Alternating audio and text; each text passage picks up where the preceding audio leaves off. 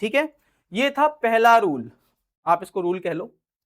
चलो आगे बढ़ते हैं, ये एग्जांपल्स मैंने आपको बता दिए। अगला जो है वो ये है कि मेन वर्ब के एंड में यदि एस एस यानी कि double S, S H, C H, X या जेड, इनमें से अगर कुछ आ रहा हो मेन वर्ब के एंड में, अगर इनमें से कोई लेटर्स अगर आ रहा है तो आपको ईएस ऐड करना है, not S, I am telling ES, आपको ईएस ऐड करना है। ठीक है, कैसे होगा देखिए, एग्जांपल्स दिए हुए यहां पर, जैसे मैंने लिखा है press, P R E double S आ रहा है ना, double S, S H, C H, X X X, तो आप देख सकते हैं यहां पर प्रेस, प्रेसेस हो गया, ब्लेस, ब्लेसेस हो गया, ब्रश, ब्रशेस हो गया, टीच, टीचेस हो गया, फिक्स, फिक्सेस हो गया, मिक्स, मिक्सेस हो गया, रिलैक्स, रिलैक्सेस हो गया। ठीक है, तो बहुत सिंपल है। अगला देखिए मैंने लिखा है कि मेन वर्ब के अंत में यदि लेटर वाई आ रहा हो, वाई, अगर मेन वर्ब के एंड में वाई आ रहा हो, पहले इसको एक बार फिर से मैं आपको बता देता हूं ताकि ध्यान रहे थोड़ा सा। इसमें देखिए ये जो लेटर्स लिखे हुए हैं ना, double S, S H, C H, X और जेड, इसको याद रखना कोई बड़ी बात नहीं है, कोई बड़ी बात नहीं है। इसको आपको कैसे पढ़ सकते हो, देखो S S, double S, S H, C H, X, Z, double S, S H, C H, double S, C, double H, double S, S H, C H, X, Z, आप इसको याद कर सकते हो simply, double S, S H, C H, X, Z, चार मैं बता रहा हूं आपको, double S, S H, C H, X और जेड। जेड तो खैर बहुत कम आता है, कोई मेन वर्ब ऐसी होती नहीं है जहां पे ज्यादातर मतलब जेड आ रहा हो लास्ट में। ठीक है, तो ये कोई याद रखना कोई बहुत बड़ी बात नहीं है, बहुत छोटी सी बात है, आप आराम से कर सकते हो। ज्यादातर में एस एस आएगा, एस एच आएगा, सी एच आएगा, एक्स आएगा, जेड बहुत कम में आएगा। ठीक है, होने को तो मैं यहाँ पे एस भी लिख देता कि एस भी, लेकिन मेन वर्ब के एंड में एस बहुत कम मेन वर्ब में आपको देखने को मिलेगा, ना के बराबर, इसलिए मैंने नहीं लिखा है। तो mainly S S, S H, C H, X और जेड, आपको बस यही याद रखना है। अगर ये लेटर्स मेन वर्ब के एंड में आ रहे हैं तो आप ईएस ऐड कर दोगे। ठीक है, जैसे यहाँ पे लिखा हुआ है ब्लेस, ब्लेसेस, जैसे कि वह आशीर्वाद देता है तो क्या हो जाएगा, ही ब्लेसेस। वह पढ़ाता है, ही टीचेस। मैं पढ़ाता हूं, आई टीच, वह पढ़ाता है, ही टीचेस। ठीक है, इसी तरह से आई फिक्स, ही फिक्सेस, इसके पहले कोई भी सब्जेक्ट लिख दो, हो गया। चलिए आगे बढ़ते हैं। अब यह है मेन वर्ब के एंड में यदि लेटर वाई, जो हमारी मेन वर्ब होती है उसके एंड में अगर वाई आ रहा हो, अब वाई को पहले ध्यान से समझना, क्या होता है कि जो वाई वाले मेन वर्ब्स होते हैं उसमें थोड़ी सी कंफ्यूजन हो जाती है। कैसे कंफ्यूजन होती है मैं आपको बताता हूं, कि जो मेन वर्ब फर्स्ट होता है, वाई दो तरीके से आता है, एक वाई से पहले वोवेल आ जाएगा, दूसरा वाई से पहले कॉन्सोनेंट आ जाएगा। तो इस चीज को हमें थोड़ा सा समझना है कि वाई से जस्ट पहले आ क्या रहा है। ठीक है, इस चीज को हमें थोड़ा सा समझना पड़ेगा। मेन वर्ब के एंड में अगर वाई आ रहा है और वाई से पहले कॉन्सोनेंट आ रहा है, कॉन्सोनेंट का मतलब होता है ए ई आई ओ यू को छोड़ करके जो बाकी लेटर्स बचे ना इंग्लिश वर्ड में, इंग्लिश वर्ड माला में, उसको हम बोलते हैं, उसके साथ आपको ईएस लगाना है। ठीक है, लेकिन उससे पहले वाई को आई में चेंज करना पड़ेगा और फिर ईएस लगाएंगे।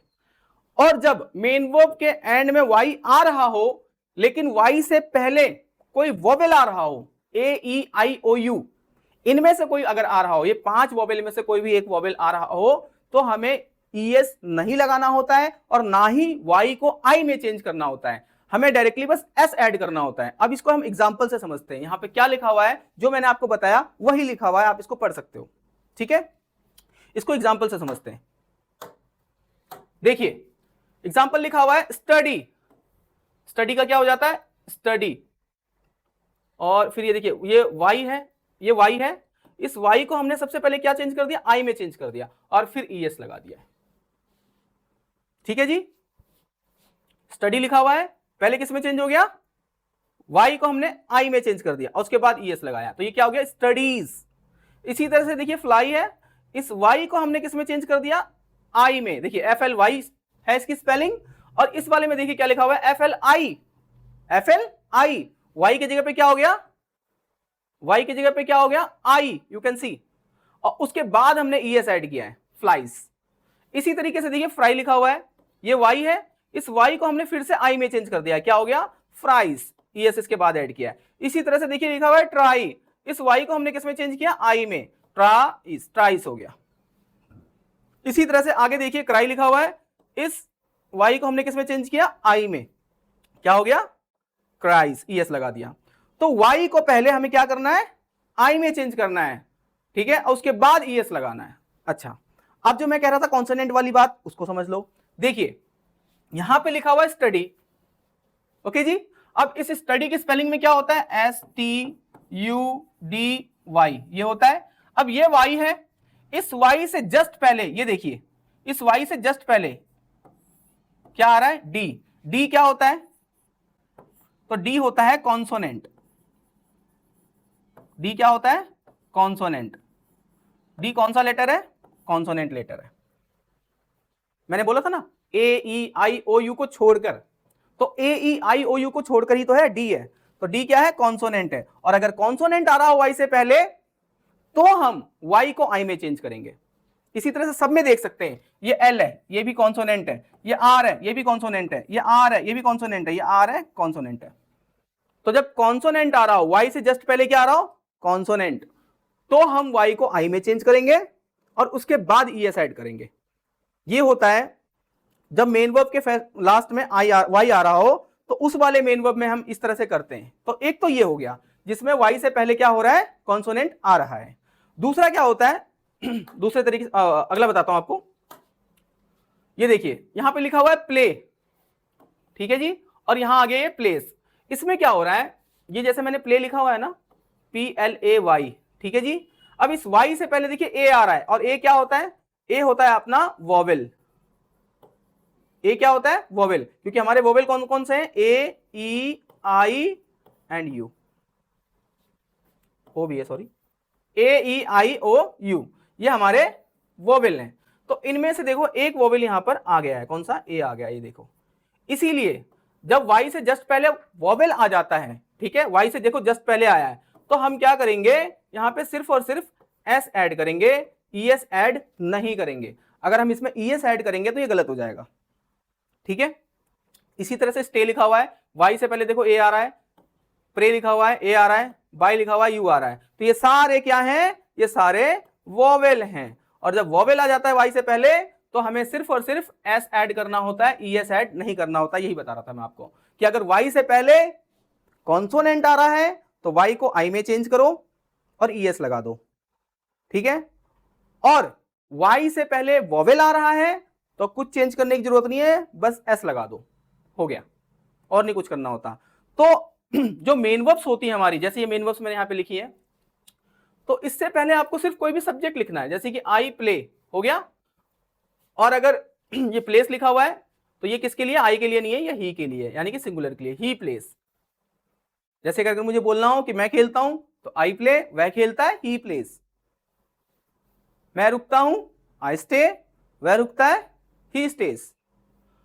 प्रे, मैं प्रे करता हूं तो मतलब आई प्रे, वह करता है तो ही प्रेस। इसी टेंस है ना, इसमें ज्यादा झंझट नहीं है, ज्यादा परेशानी नहीं है, ज्यादा कुछ सोचना नहीं है, बहुत दिमाग नहीं लगाना है, बहुत मतलब इजी सेंटेंस है। आप इसको यूं सीख जाओगे, यूं बिल्कुल, बस थोड़ा सा ध्यान देने की जरूरत है। और ये बहुत ही प्यारा सेंटेंस है, मैं आपको बता दूं, अगर आपने एक बार सीख लिया ना, आप कहोगे इस चीज को कि हाँ सच में प्यारा सेंटेंस है। पास्ट इंडेफिनिट, क्योंकि क्या होता है ना, अपनी सारी बातें लगभग हम अपनी 90% जो बातें होती है ना, वो पास्ट में ही करते हैं, वो हम प्रेजेंट में नहीं करते, वो हम पास्ट में।